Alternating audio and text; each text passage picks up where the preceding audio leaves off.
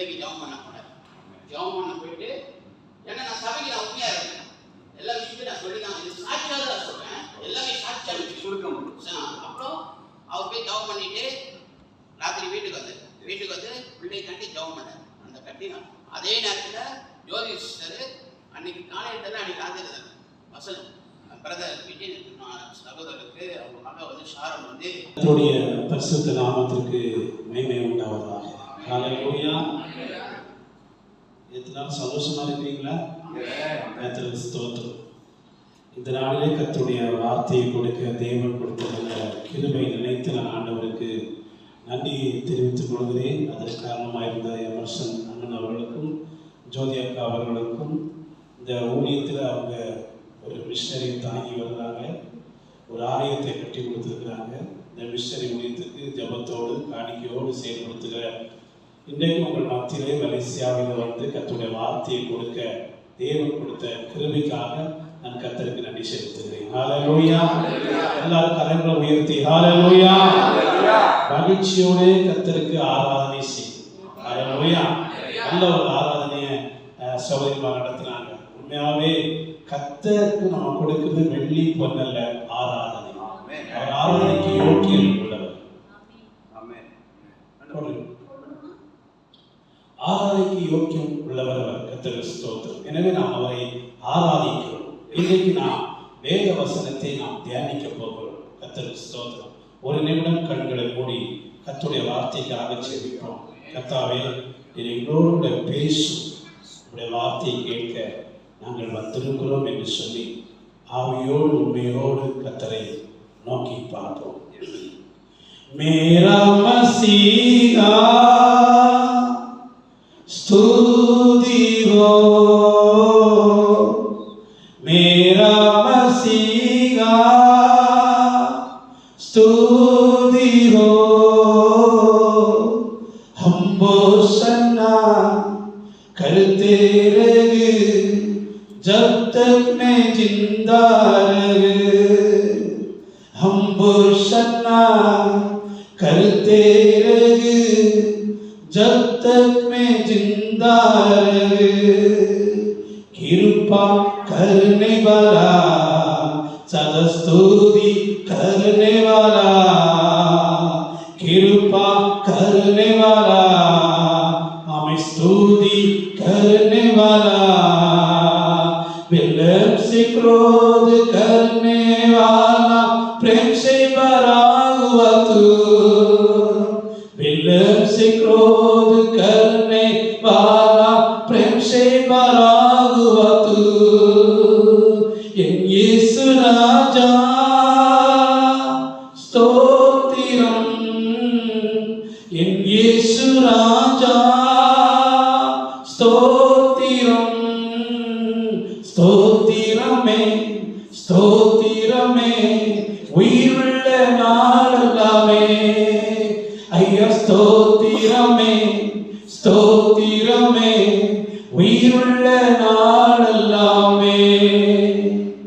பரிசுத்த நல்ல தகப்பனே, என் நாமத்தினாலே 2 பேர் 3 பேர் எங்கே கூடுவீர்களோ அவர்கள் மத்தியில் நான் இருப்பேன் என்று சொல்லி இப்பொழுது என் மத்தியிலே அசைவாடி கொண்டிருக்கிறேன்.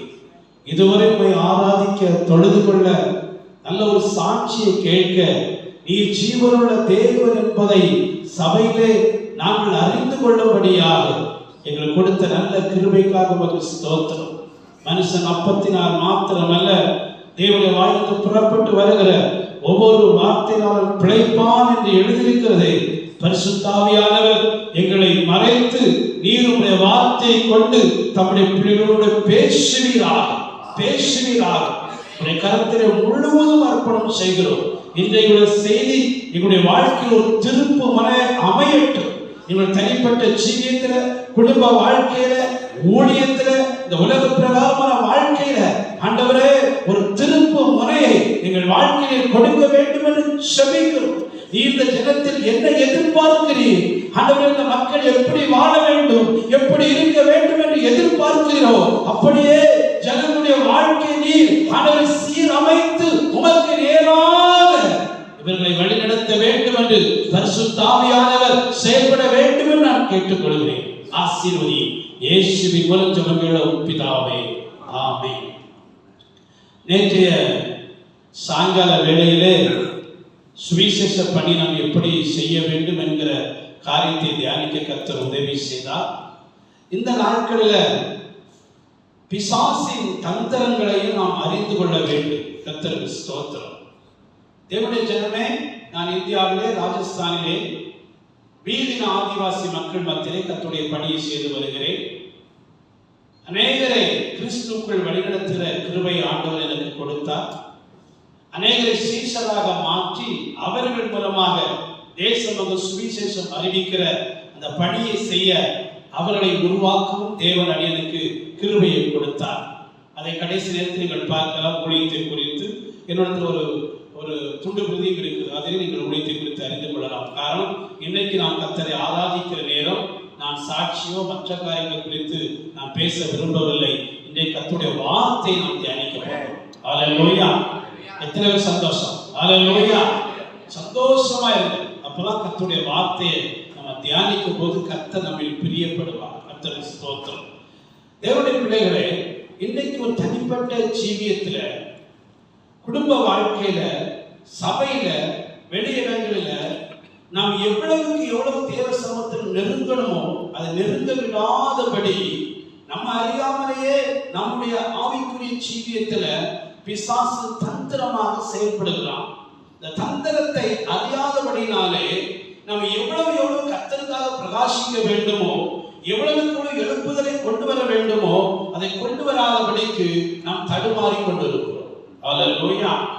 இன்றைக்கு ராஜாக்கள் புஸ்தகத்திலிருந்து சில காரியங்களை நாம் தியானிக்க போகிறோம்.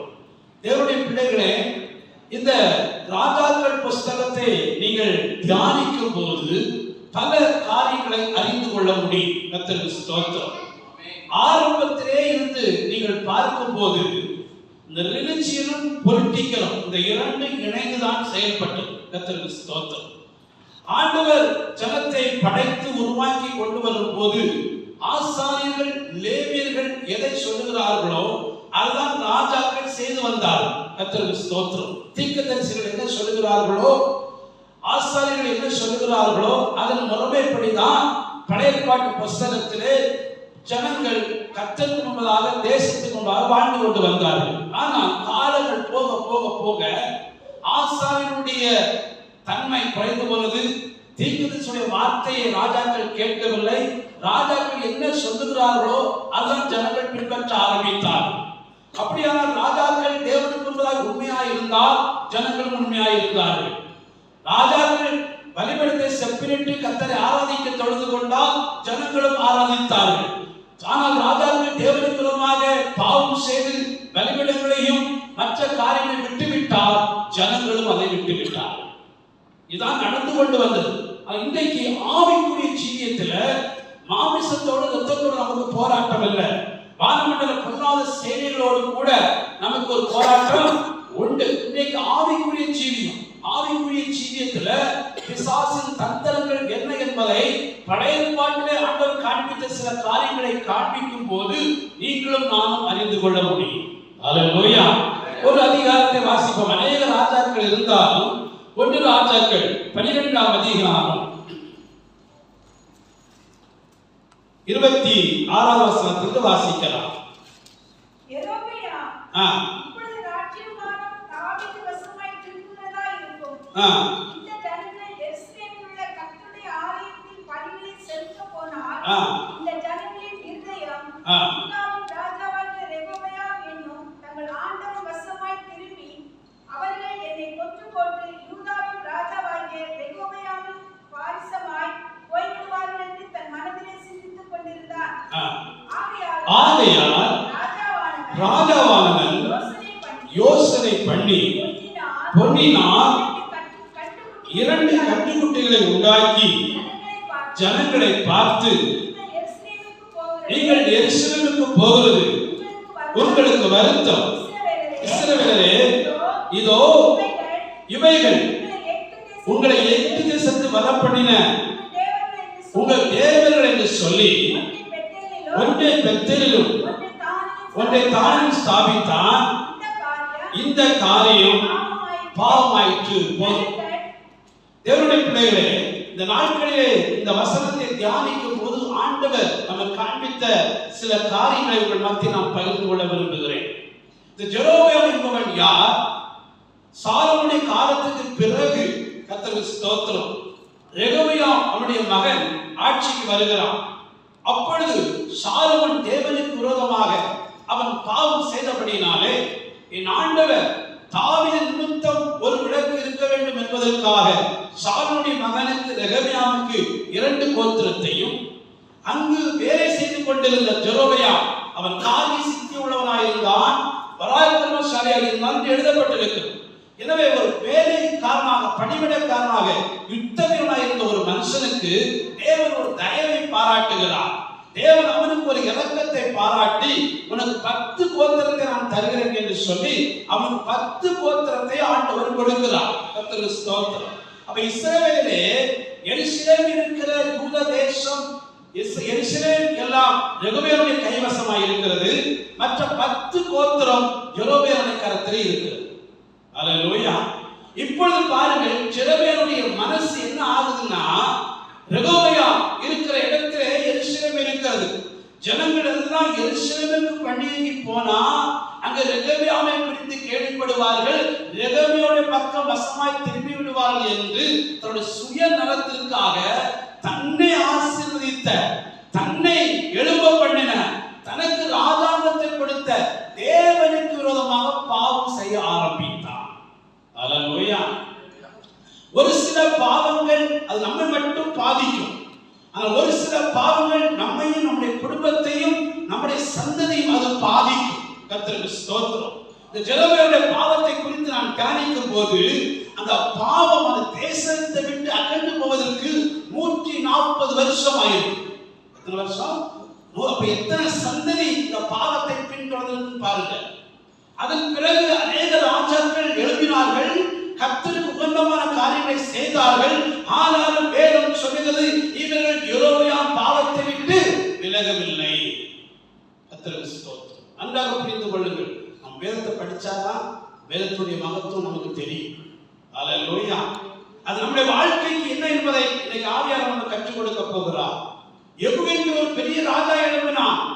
எலியா தீர்க்கதரிசி கூட எசேபேலை கண்டு மனம் சோர்ந்து போனான். ஆனால் யெகூவோ அவன் அந்த எசேபேலுடைய விபச்சார வேசித்தன ஆவிகள் அவனை ஆளுகை செய்தாலும் அதற்கு அடிபணியாதபடிக்கு இச்சையை வென்றவன். ஏதோ சொல்கிறது, யெகூவும் யெரொபெயாமுடைய பாவத்தை விட்டு விலகவில்லை. அல்லேலூயா. எவ்வளவு அபிஷேகம், எவ்வளவு கிருபை, எவ்வளவு காரியங்கள், எத்தனை காரியங்கள் ஏற்பட்டாலும் தேவப்பிள்ளையே, யெரொபெயாமின் பாவத்தை விட்டு ஜனங்கள் வழிவிலகவில்லை. அப்பதான் தியானிக்க ஆரம்பிச்சு, உன்னுடைய பாவம் என்ன? அல்லேலூயா. உன்னுடைய பாவம் என்ன? என்ன பாவம் தெரியுமா? ஜனங்களை எருசலேமுக்கு போக விடாதபடி தடை பண்ணினான். ஒன்று. இரண்டாவது, நீங்க இவ்வளவு பிரயாசப்பட்டு அங்க போறதுக்கு எவ்வளவு வருத்தம், மக்களுக்கு சாபம் பேசணும், எவ்வளவு வருத்தம். அதனால இவ்வளவு வருத்தப்பட அவங்களுக்கு தேவையில்லை. அதனால உங்களுக்கு சொல்லி விக்கிரகத்தை ஏற்படுத்தி, அல்லேலூயா, விக்கிர தெய்வங்களை ஏற்படுத்தி, இதுதான்ப்பா நீ எகிப்தில இருக்கும் போது, ஏன்னா இவங்கெல்லாம் எகிப்தில பற்றி தெரியாது, எகிப்தை பற்றி தெரியாது, எகிப்தில் ஆண்டவர் செய்த அற்புதம் தெரியாது, மோசே தெரியாது, ஆரோனை தெரியாது, அற்புதங்கள் அடையாளங்களை பார்க்கல. கானான் தேசத்துக்கு வந்து பல நாட்கள் ஆகிவிட்டது. சாலமோன் அந்நிய ஸ்திரீகளை திருமணம் பண்ணனால விக்கிரகம் உள்ள வந்துட்டு இந்த விக்கிரத்தை தான் பார்க்கறது. ஓ, அது தெய்வமா இருக்குமோ அப்படிங்கிற எண்ணம். ஏன்னா பிரமாணம் போதிக்கப்படல, சரியான வழிநடத்தல் இல்லை. எனவே இந்த மக்களுக்குள்ள மனம் மாற்றி மாறி மாறி மாறி ஓ இதுதான் அதுதான் என்று சொல்லி ஜனங்களை வழி திருப்பி விட்டான். இந்த திருப்பிலிருந்து மறுபடி யெகோவா தேவனை தேடுவதற்கு கொண்டு வருவதற்கு 140 வருஷம் ஆகிவிட்டது. அல்லேலூயா. பரிசுத்த ஆவியானவர் நம்மளோட பேசுற முக்கியமான காரியம், 3 காரியத்தை குறித்து நான் பேச விரும்புகிறேன். ஒன்று, எருசலேம் என்பது தேவ ஆலயம் இருக்கிற இடம். தேவ ஆலயம் இருக்கிற இடம். முதல், ஒரு மனுஷனை தேவ சன்னிதானத்துக்கு வருவதற்கு தடை பண்ணுகிறான். அல்லேலூயா. எருசலேமுக்கு வருவதற்கு தடை பண்ணுகிறான். ஆலயத்துக்கு போனனாலே மனசு வராது. அல்லேலூயா.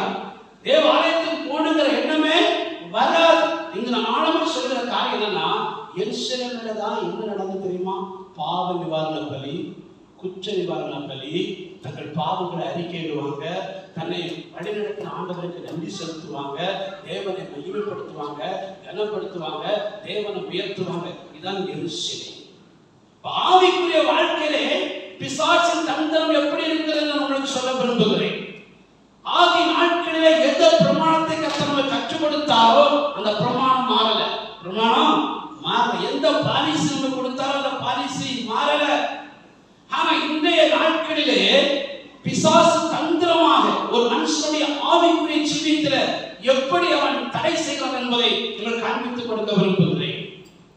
பாருங்க, அதிகால வேளையில நம்ம எழும்பின உடனே இன்னைக்கு என்ன செய்யணும்னா, நம்ம கை எழும்பின உடனே எதை தேடுது? எதை தேடுது? மொபைல தேடுது. அல்லேலூயா. மொபைல தேடு. மொபைல் வந்த உடனே என்ன செய்யறோம்? கிறிஸ்தவங்களா இருந்தா, ஆவிக்குரிய ஜனமா இருந்தா உடனே நம்ம என்ன செய்யறோம்? கிறிஸ்தவ பாட்டை போடணும். அந்த பாட்டை கேட்டுட்டே இருப்போம். அல்லேலூயா. கொஞ்ச நேரம் கழிச்சா ஒரு பிரசங்கத்தை கேட்போம். இதனால் தவறுன்னு சொல்லல. ஆனா அதிகாலையில் என்னை தேடுகிறவன் என்னை கண்டடைகிறான். நான் காலை வேளையில எழும்புனா எங்க அம்மா காலையிலே எழும்பி நான் பக்கத்துல இருந்து பாட்டு பாடுவாங்க. உறக்கம் தெளிவோம், உற்சாகம் கொள்வோம். அப்போ இன்னைக்கு சத்துருவானவன் என்ன செய்யறான் தெரியுமா? வாயை திறந்து பாடுறத நிப்பாட்டு. அல்லேலூயா. யாரோ பாடுற பாட்டை எனக்கு கேட்கறது தப்புன்னு சொல்லல. ஆனா யாரோ பாடுற பாட்டை தான் கேட்கிறோம், யாரோ பண்ணுற பிரசங்கத்தை தான் கேட்டுட்டு இருக்கிறோம். ஆனா அதிகால வேளையிலே எருசலேமுக்கு வருகிற நீங்களும் நானும் எப்படி இருக்க வேண்டும் என்றால், நாம் வாயை திறந்து பாடணும். நாம் பாட்டு புத்தகம் முன்ன வச்சு பாடணும். அது உதாரணம் சொல்றேன். இன்னைக்கு நாகரிக காலம் வந்துட்டு பாஸ்டர்னு சொல்லலாம். நீங்க என்ன நாகரிகம் வந்தாலும் எருசலேம் போறதுக்கு ஒரு வருத்தமா?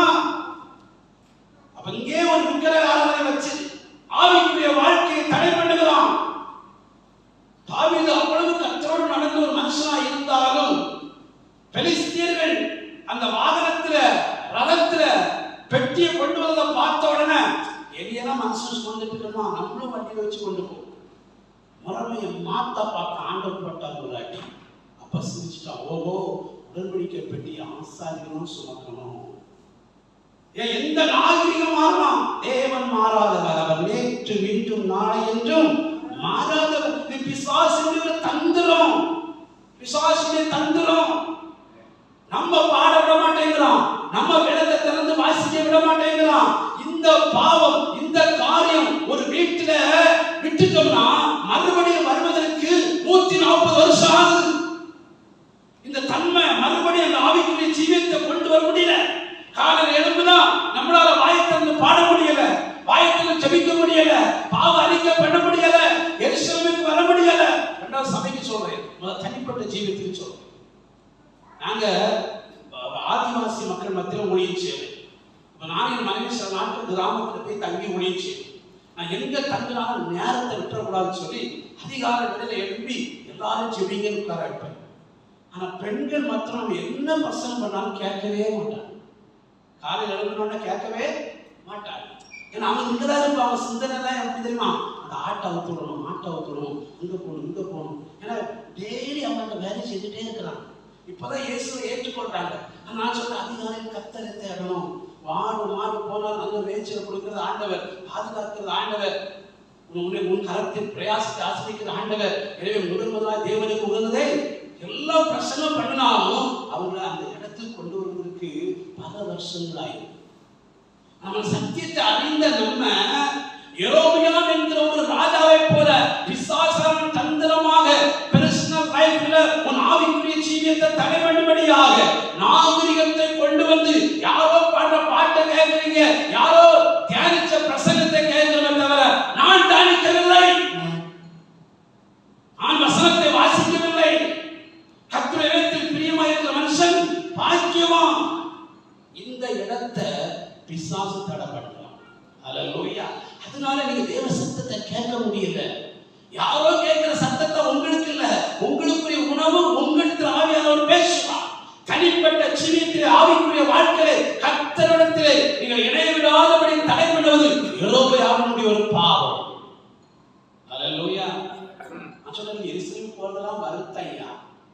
எதுக்கு அதிகாலையில் 5 மணிக்கு கிளம்ப முடியுமா? அப்பதான் நல்ல ஒரு தூக்கம் வருது. அல்லேலூயா. நல்ல தூக்கமா பிசாசு. அதெல்லாம் ஒன்றும் பிரச்சனை இல்லை.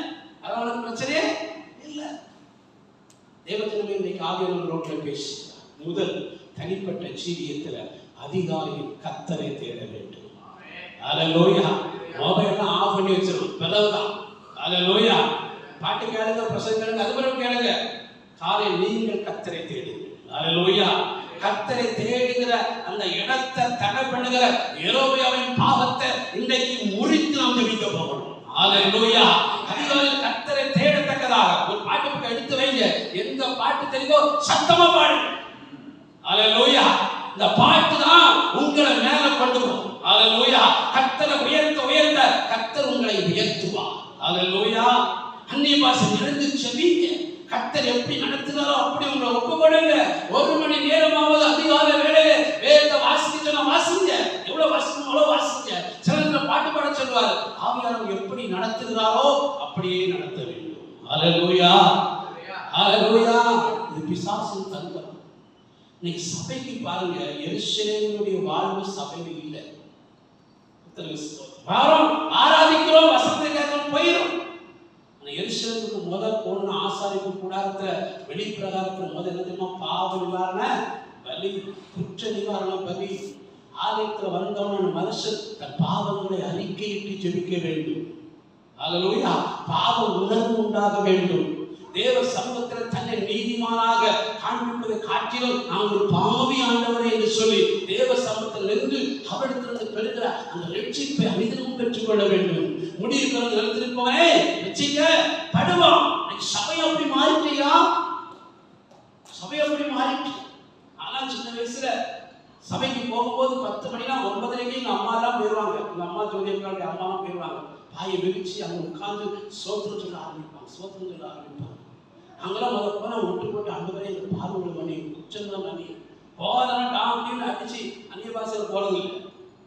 ஆசாரிப்பு கூடாதுன்னா நமக்கு முரணை. ஆசாரிப்பு கூடாது ஜபம் இருக்கிற ஒரு ஒரு ஒரு காரியத்தை ஆண்டு கொடுத்தால பேச நேரம் இல்லை. முதல் வெளிப்பிரகாரத்துக்கு போகாம நீ பரிசுத்தத்துக்குள்ள போகக்கூடாது. அல்லேலூயா. எடுத்த உடனே பரிசுத்தத்தில் இருக்கிற வசனத்திற்கும் ஆராதனைக்கு போக முடியுமா? முறைமையை மாற்ற முடியாது. முறைமையை மாற்ற முடியாது. நீ அதிகாலையில் எழுப்பினாலும் உணர்ந்தால் படித்த உடனே கர்த்தரை ஸ்தோத்திரிக்கும் போது தன்னை தானே ஆராய்ந்து பார்க்க வேண்டும். அவருடைய சமூகத்தில் பாவ நிவாரண பலி, குற்ற நிவாரண பலியை நாம் செலுத்த வேண்டும். செலுத்தின பிறகுதான் அவர் உங்களை பரிசுத்தத்துக்குள் அழைத்துக் கொண்டு போவார். ஆவியானவர் உங்களை கொண்டு போவார். அங்கு ஆண்டவர் உங்களுடைய வெளிச்சத்தை காண்பிப்பார். உங்களுக்கு வேண்டிய லட்சணங்களை கொடுப்பார். இதுதான் கர்த்தர் நமக்கு நியமித்த கட்டளை. அல்லேலூயா. வேற யாரையும் நீங்க தேடாம உங்க ஃபியூச்சருக்காக வேற யாரும் தேடாதீங்க. உங்க பிள்ளைகளுக்காக வேற யாரும் தேடாது. நீங்க கர்த்தரை தேடுங்க. இன்னைக்கு பிசாசம் எரிசலுக்கு போது உங்களுக்கு வருத்தம் சொல்லி உங்கள்கிட்ட அங்க போய் சொல்லணும், இங்க சொல்லணும், அவர் என்ன சொல்லுவார், இவர் என்ன சொல்லுவார் அப்படின்னு மற்றவங்களை தேட வச்சுட்டாங்க. அல்லேலூயா. தான் இருப்பா, பெத்தே இருப்பா, அங்கப்பா அங்கப்பா அதெல்லாம் என்ன சொல்லுது, என்ன செய்யுது? நோ, அவர் பேசுகிறதே. அல்லேலூயா. சின்ன சாமுவேல்கிட்டே பேசினாரு. பெரிய தீர்க்கதரிசிலாம் பேசுவாரா? பெரிய ராஜா கிட்ட பேசுவாரா? பெரிய ஊழியக்காரர் பேசுவாரா? அவர் நம்முடைய அப்பா. அல்லேலூயா. நீங்க தேவ சமூகத்தில் வரணும். நீங்க தேவ சமூகத்தில் நெருங்கணும். அதான் கர்த்தர் சொல்லுகிற காரியம். யெரொபெயாம் அதை தடை பண்ணி விட்டான். அல்லேலூயா. எனவே தனிப்பட்ட ஜீவியத்துல உங்க வாழ்க்கையில கர்த்தருடைய ஆவியானவர் சொல்லுகிற காரியம் அதிகாலையில் கர்த்தரை தேட வேண்டும். ஒரு தீர்மானம் எடுங்க. அல்லேலூயா. அவர் உங்களை நேசிக்கிறார், உங்களோடு பேச விரும்புகிறார், உங்களை கொண்டு பெரிய காரியங்களை செய்ய விரும்புகிறார், உங்கள் குடும்பத்தில் அற்புதம் செய்ய விரும்புகிறார். உங்களுக்காக அவர் ரத்தம் சிந்தின ஆண்டவர், உங்களை விலைக்கரை கொடுத்து வாங்கினவர், உங்களுக்காக ஏதோ ஒரு காரியத்தை செய்ய விரும்புகிறார். ஆனால் பிசாசானவன் அதை தடை பண்ணி கொண்டிருக்கிறான். உங்களை கொண்டு கர்த்தர் செய்கிற அற்புதங்களை தடை பண்ணி கொண்டிருக்கிறான். தேவ பிள்ளையே, எனவே இன்னைக்கு எழும்பு எழும்பு எழும்பு சீயோனே உன் வல்லமையே. வேற வல்லமையே சொல்றாரு. உனக்குன்னு ஒரு வல்லமை இருக்கு. உன்னிடத்தில் ஒரு வெளிச்சம். அல்லேலூயா. ஒரு வெளிச்சத்துக்கு ராஜாக்கள் பிரபுக்கள் உங்களுக்கு ஒரு வெளிச்சம் உண்டு. உங்களுக்கு ஒரு கிருபை உண்டு. உங்களுக்கு ஒரு வரம் உண்டு. உங்களுக்கு ஒரு அழைப்பு உண்டு. அது இந்த உலகத்துல உங்களை கொண்டுதான் பெரிய காரியங்களை கர்த்தர் செய்ய போகிறார். அல்லேலூயா. சபைக்குள்ளேயும் நம்ம ஸ்தோத்திர பலி, பாவ நிவாரண பலி, குற்ற நிவாரண பலி, வேதவசனத்தை வாசிக்கிற தியானிக்கிற காரியங்களை நாம் தடை பண்ணவே கூடாது. அல்லேலூயா. இவைகளை கொண்டு வருகிற சபை தான் வளரும். அல்லேலூயா. இரண்டாவது, சபையில பிசாசு என்ன செய்யலாம் பாருங்க. வாசிங்க, கீழே வாசிங்க. 31ஆம் வசனம். அவன் மேடையாகிய கோவிலை கட்டி லேவி புத்திரராதபடி ஈனமானவர்களை செய்தான், ஆசாரியனாக்கிட்டான். அதாவது ஆசாரியனா இருக்கிறதுக்கு தகுதியே இல்லை. அல்லேலூயா. ஆசாரியனுக்கு தகுதி அல்ல. மற்றவனுக்கு பிரசனம் பண்ணுகிறேன்னா ஆகாமல் போகாதபடி என் சரீரத்தை அடுக்கி ஒடுக்குகிறேன் என்று பவுல் சொல்லுகிறார். அப்படியானால் இன்றைக்கு சபையில யான் எழுப்புதல் இல்லை, இன்றைக்கு யான் சபையில ஜனங்களுடைய வேத ஞானம் இல்லை, ஜனங்கள் யானை உலக ஆசையை பின்பற்றி போகிறார்கள். ஏன் பொருளாசையை சார்ந்திருக்கிறது, ஏன் தற்பிரியராக இருக்கிறார்கள், பணப்பிரியராக இருக்கிறார்கள், வீம்புகளாக இருக்கிறார்கள். அது ஒரு சகோதரர் எங்க பேசுறாரு, ஐயா சபைக்குள்ள ஜாதி இருக்கு, ஜாதி இருக்கு, அந்த ஊரு இந்த ஊரு, ஆமா திருநெல்வேலிக்காரன், கன்னியாகுமரிக்காரன், மலேசியா, எல்லா வேறுபாடு இருக்கு. வேறு சொல்லி உலக அவருக்கு ஜாதி இல்லை, மதம் இல்லை, எதுவும் இல்லை. ஏன்னா ஈனமானவர்களை ஜாதியை பார்க்கிறவன இன்றைக்கு ஆசாரியன் ஆக்குறதுனால இன்னைக்கு சபைக்குள்ள அந்த ஸ்பிரிட் இருக்கு. போதற்குள்ள என்ன ஸ்பிரிட் இருக்குதோ அந்த ஸ்பிரிட் தான் சபைக்குள்ள வரும். அதான் ஆண்டவர் லேவியனையும் ஆசாரியனையும் மாற்றுவதற்கு தகுதியை ஏற்படுத்தினார். ஆரோனை கொண்டு வச்சு ஆண்டவருக்கு ஒரு வஸ்திரம், அவன் போட்டு எல்லா வஸ்திரத்தையும் கலந்து உலக பிரகாரமா இருக்கிற வஸ்திரம் அவனுக்கு தேவையான எல்லாத்தையும் கலைச்சு நான் கொடுக்கிற வஸ்திரத்தை அவனுக்கு திருப்பி. தேவ பிள்ளைகளே, ஈனமானவர்கள் சபையில ஆசாரியமா மாறுறதுனாலதான் இன்னைக்கு சபையா இல்லை. இதை மாறுறதுக்கு ரொம்ப கஷ்டம். 140 வருஷம் ஆச்சு. பர்சனல் லைஃப்ல எருசலேமின் வாழ்வை காண்பான்னு சொன்னாரு. தேவ சமூகத்தை நெருங்க விடாதபடி, பாவம் அழிக்கப்பட விடாதபடி, தேவன் சத்தத்தை கேட்க விடாதபடிக்கு முதல் தடைப்படுகிறான். இரண்டாவது, சபைக்குள்ள ஈனமானவர்கள் சபையாக மாற்றப்படினாலே, ஆசனா மாற்றப்படினாலே இன்றைக்கு சபைக்குள்ள இழுப்பது இல்லை. அல்லேலூயா. சபைக்குள்ள பாவ மன்னிப்பு குறித்து பேச்சு இல்லை. பரிசுத்த ஆவியானவருக்கு பாவத்தை குறித்து, நீதியை குறித்து, நியாயத்திற்கு குறித்து கண்டித்து உணர்த்துவா. இன்னைக்கு எந்த சபையில நியாயத்திற்கு குறித்து பேசுறாங்க சொல்லுங்கப்பா. வேதம் சொல்கிறது, உன் சகோதரனுடைய வீட்டை இணைத்து கெட்டுவாயான உனக்கு ஐயோ. உன் சகோதரனை காரணம் இல்லாமல் பகத்தான் எரிநகரத்துக்கு பாத்திரமாய் இருக்கிறார். நீ மற்றவர்களை குற்றவாளிக்கு தீர்க்காதபடிக்கு எச்சரிக்கையாய் இரு. எச்சரிப்பின் சீதனம் எங்கே கேட்கிறோம்? காரணம் ஈனமானவர்கள், ஆசாரியமான பொருளாசை நிறைந்தவர்கள். நீ அப்சலோம் போல முத்தம் கொடுக்கிற ஊழியம் நடக்குது. அல்லேலூயா. சில ஊழியர்கள்லாம் பார்த்தா, பிரதர் சிஸ்டர் நல்லா இருக்கிறீங்களா? அந்த இருதயம் உண்மையா நேசிக்கிற, ஏதோ சபைக்கு நீங்க வரணும் ஒரு அன்பை காட்டுவது போல ஒரு பாவம், ஒரு ஆக்டிங். உண்மையான ஊழியக்காரனா இருந்தா நீ ஹாஸ்பிட்டல் இருக்கும்போது உன் முழங்கப்பட்டு ஜோமணும். அல்லேலூயா. வீட்டுல கஷ்டம் இருக்கும்போது வீட்டுல வந்து நின்று கர்த்தரை நோக்கி பார்ப்பான். அதான் ஆசாரியம். அல்லேலூயா. வருஷத்துக்கு ஒரு தடவை மகாபரிசுத்தத்துக்குள்ள போனோம். எப்படி இருக்குன்னு பாருங்க. தேசத்தில் உள்ள எல்லா ஜனங்களுடைய பாவத்தை தீர்க்கிற ஒரே இயேசு கிறிஸ்து கல்வாரி சிலுவையிலே ரத்தம் சிந்தினார். செய்தி கேட்கிறோமா? ஏன்? ஈனமானவர்கள், தகுதி இல்லாதவர்கள், இயேசுவின் அன்பை உணராதவர்கள், சிலுவையை குறித்து மேன்மை உணராதவர்கள், ஜனங்களை எப்படியாவது பூசி மொழிகி எடுத்து சபையை நடத்தணும்னு நினைக்கிறவங்க ஈனமானவர்கள் என்று வேதம் சொல்லுது. அல்லேலூயா. வலிக்கு நஷ்ட போறவங்க காது பயங்கர வேதனை ஆயிடுச்சு, புண்ணு வந்துச்சு. நஷ்ட போன ஐயா ரொம்ப வலிக்கு ஐயா, அதனால எப்படியாவது மருந்து போட்டு விடுங்க. நீ மேல போய் தடவை மருந்து போட்டு விடுவீங்களா? மேல தடவை மருந்து போட்டு விடுவீங்களா? அப்படி தடவை போட்டு விட்டா அப்போ வலிக்காது, மறுபடியும் காலை எடுக்க வேண்டிய சூழலை வந்து நஷ்டப்பீனுக்கு என்ன சொன்னாலும் அவன் உடஞ்சி எடுத்து உள்ள இருக்க சலம் எல்லாத்தையும் வெளியே எடுக்க பிறகுதான் மருந்தே போடுவான். நீ பாவியா இருக்கும் போது கர்த்தருடைய ஆசீர்வதிப்பார் என்று எந்த ஊழியக்காரன் சொல்லுகிறாரோ அவன் ஈனமானவன்.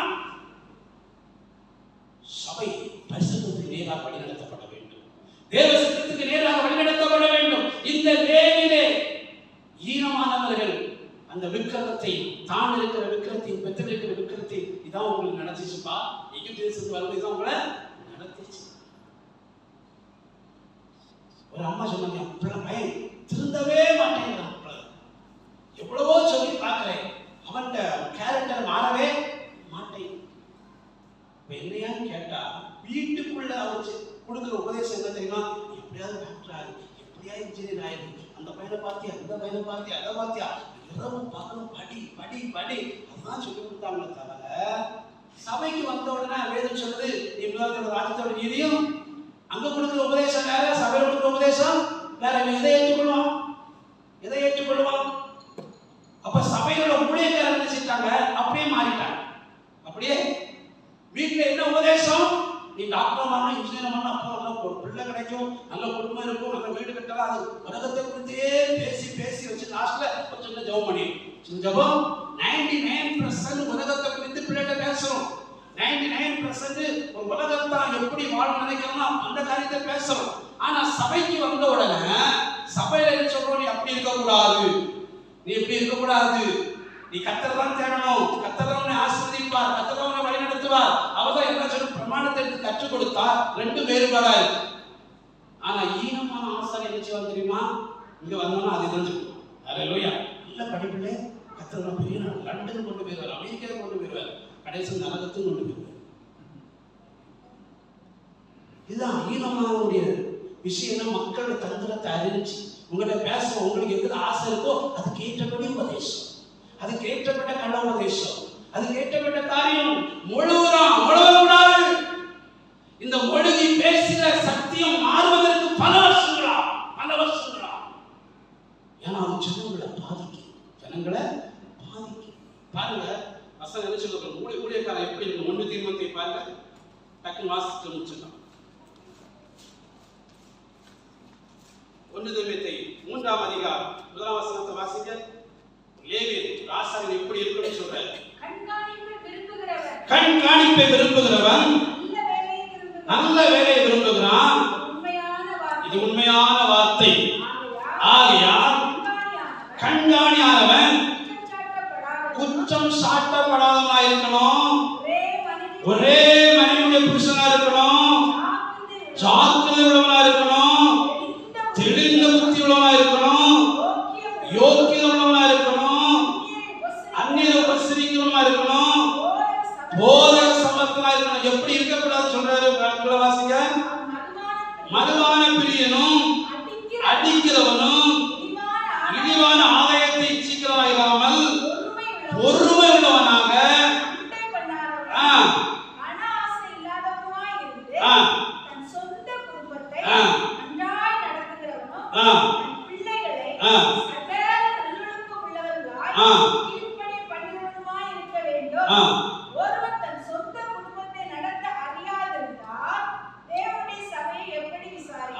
வீட்டுல போய் நீங்க அதை வாசித்து பாருங்க. கர்த்தருக்கு ஸ்தோத்திரம். இந்த இடத்துல சொல்ற முக்கியமான ஒரு காரியம், அவன் போதக சமர்த்தனாய் இருக்க வேண்டும். அல்லேலூயா. நமக்கு ஒருவர் போதிக்கிறார்னா நம்மளை விட மேல லெவல்ல இருக்கணும். அல்லேலூயா. செபத்தை நம்ம 1 மணிக்கு பண்ணா ஒரு 3 மணி நேரம் பண்ணணும். இல்லைன்னா ஒரு ஊழியக்காரன் இல்ல, ராசாயன் அல்ல. வேதத்தை நான் தியானிக்கிறேன்னா நான் 1 மணிக்கு நேரம் தியானிச்சா 3 மணி நேரம் தியானிக்கணும். நான் கர்த்தரோடு நடக்கிறேன்னா அவர் அதை விட அதிகமா நடக்கணும். அப்பதான் என்ன நடத்த முடியும். அல்லேலூயா. இல்லாம உலக பிரகாரமா சாதியை சுத்திட்டு நேச்சுரல் மட்டும் பைபிளை தூக்கிட்டு ஏதோ வந்து எக்ஸ்பீரியன்ஸ் 2 வார்த்தை காமிட்டு பேசிட்டு போனா சபை வளராது. அல்லேலூயா. சபையின் மக்கள் எருசலேமின் வாழ்வை பார்க்க முடியாது. அல்லேலூயா. தேவ சத்தத்தை கேட்க முடியாது. சபையில் எழுப்புதல் வராது. தேவன் தம்முடைய வல்லமை வெளிப்படுத்த முடியாது. அல்லேலூயா.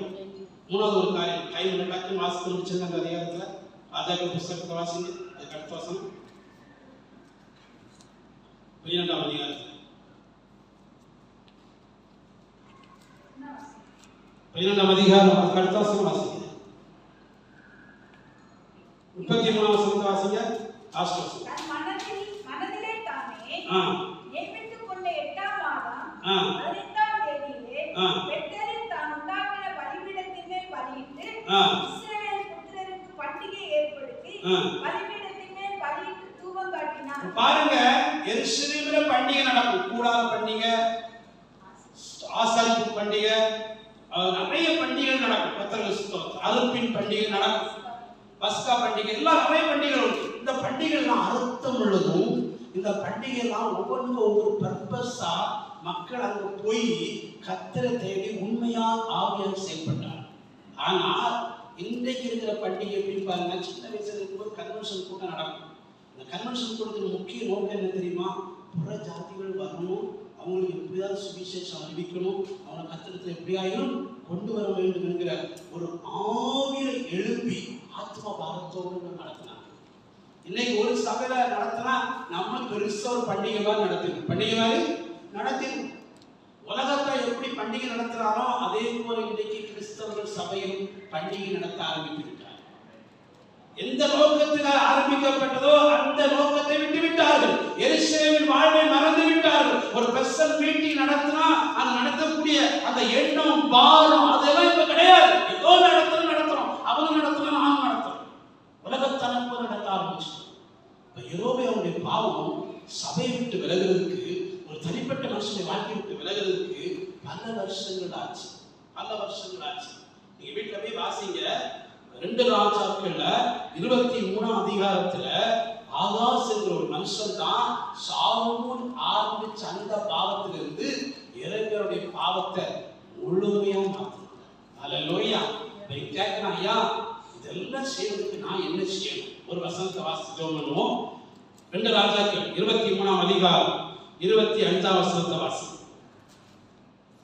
கர்த்தரிடத்திற்கு தன் முழு இதயத்தோடும், முழு ஆத்துமாவோடும், முழு பலத்தோடும் மோசே நியாயப்பிரமாணத்திற்கு ஏற்றபடியெல்லாம் செய்ய மனதை சாய்த்தான். அவனைப் போலொத்த ராஜா அவனுக்கு முன் இருந்ததும் இல்லை, அவனுக்கு பின் எழும்பினதும் இல்லை. இந்த அதிகாரத்தை வீட்டுல போய் வாசித்து பாருங்க. யெரொபெயாம் வச்சிருந்த பலிபீடத்தை முழுவதும் தகர்த்துட்டான். சாலமோன் வச்சிருந்த அஸ்தோத்தையும் தகர்த்துட்டான். அது ஒரே ஒரு காரியம், முழு மனதோடு கூட கர்த்தரை தேட தன் இதயத்தை ஒப்பு கொடுத்தான். அது மாத்திரம் இல்ல, பிரமாணத்தின்படி செய்ய தன் மனதை சாய்த்தான். இன்னைக்கு நீங்க முழு மனதோடு கூட கர்த்தரை ஆராதிக்கணும். முழு மனதோடு கூட நியாயப்பிரமாண புஸ்தகமான வேதத்தை வாசித்து அதன்படி செய்வதற்கு உங்களுக்கு ஒப்பு கொடுப்பீர்களானால் உங்கள் வாழ்க்கையில் இருக்கிற யெரொபெயாமுடைய பாவம் நம்மை விட்டு விலகும். அதிகாலையில் எழும்புவதை நீங்கள் கர்த்தரை தேடுவீர்கள், கர்த்தர் உங்களுக்கு வெளிப்படுவார். எழுப்பினர் ஒவ்வொரு நிமிடம் செபித்து கர்த்தரை தாசம் வேலை கொடுக்கிறேன். யாரோடு கூட கர்த்தர் பேசினார் என்பதை அறிந்தவனமாக எல்லாரும் எழுப்பி வலது கரத்தை வைத்து உலகம் அதன் ஆசைச்சு ஒளிந்து போகும். தேவ சித்தத்தின்படி செய்கிறவனோ எல்லாரும் வலது கரத்தை உயர்த்துங்க. நான் உங்களுக்காக ஜெபிக்க விரும்புகிறேன். எத்தனுடைய வாழ்க்கையில ஜெபமே இல்லை. பல வருஷங்கள் ஆகிட்டு போத, பல நாட்கள் ஆயிட்டு ஜெபிக்கணும் வாஞ்சதுக்கான என்னால ஜெபிக்க முடியல. கர்த்தரை தேடணும் ஒரு எண்ணம் இருக்கு, தேட முடியல. நீங்க சொன்ன பிரகாரம் மொபைல் இருந்து பாட்டை கேட்டு வசனத்தை கேட்டது நான் ஆத்மாவை தேடிட்டு போயிட்டே இருந்தேன். நான் இன்னைக்கு தான் பிசாசின் தந்திரத்தை உணர்ந்துட்டேன். நான் ஜெபிப்பேன். கமிட் பண்றவங்க எல்லாம் வலது கரத்தை உயர்த்துங்க. நான் உங்களுக்காக ஜெபிக்க போகிறேன். அதிகாலையில் கர்த்தரை தேடுகிற அந்த கிருபை ஆண்டவர் கொடுக்க போகிறார்.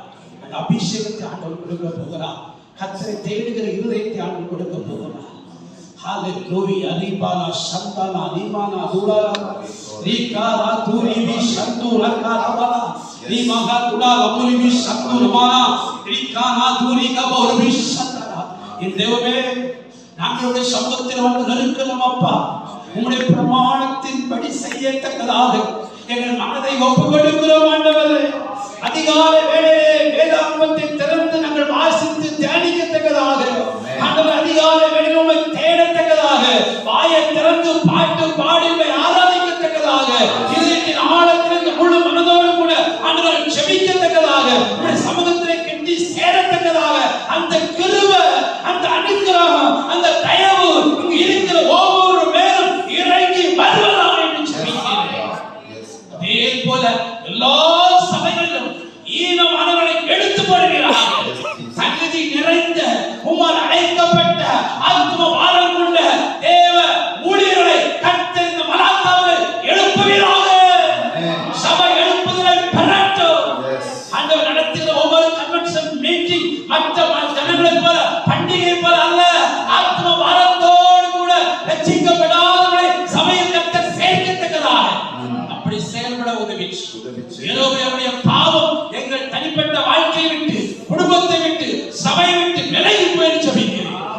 இயேசுவின் நாமத்தினாலே தைக்கப்படுவதாக. தேவ நாமம் மகிமைப்படுவதாக.